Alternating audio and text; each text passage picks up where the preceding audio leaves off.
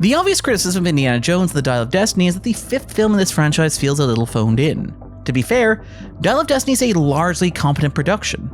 It's considerably more coherent than other recent would-be blockbusters like Fast X, Transformers Rise of the Beasts, or The Flash.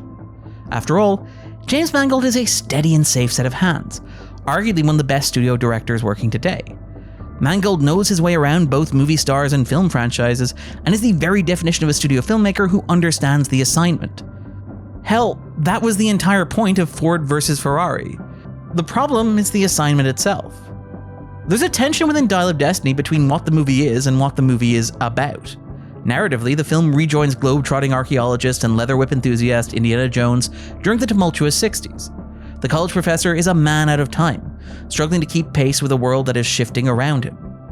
Luckily, there are always Nazis to punch, and an old enemy from the past returns, kicking off a literal race against time.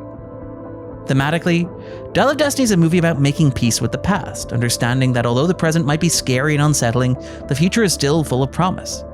In the film's ambitious if uneven third act, Dial of Destiny becomes a meditation on the numbing effect of nostalgia, of the dangers of abandoning the present to escape into some romanticized past.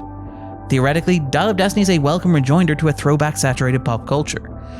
However, this doesn't quite fit with what the movie actually is. Dial of Destiny feels like a movie that has been over-calibrated in response to the internet's reaction to Kingdom of the Crystal Skull. After all, this is the first film in the franchise without any direct involvement from either Steven Spielberg or George Lucas. There's a cautiousness to the film, a sense that it is afraid to try anything even remotely new until it reaches that third act. Dial of Destiny feels like a Frankenstein's monster constructed from elements that the audience already recognizes from other Indiana Jones films. There are Nazis in a castle, an opening action sequence on a train, a chase through a North African city, horses against cars, an adorable kid sidekick, and an alienated lover eventually reunited. As much as the film is notionally about the folly of trying to live in the past, it spends most of its runtime living in the past. It opens with a 20-minute long sequence of a computer-de-aged Harrison Ford punching Nazis, as if picking up where Last Crusade left off. There's a conscious effort to pretend that Kingdom of the Crystal Skull never happened, which makes it very difficult when the film attempts to build its central emotional arc around the idea that Pucci died on the way back to his home planet 80 minutes into the film. For the first 2 hours of Dial of Destiny, there is maybe a single set piece that doesn't feel like a version of something that audiences have already seen.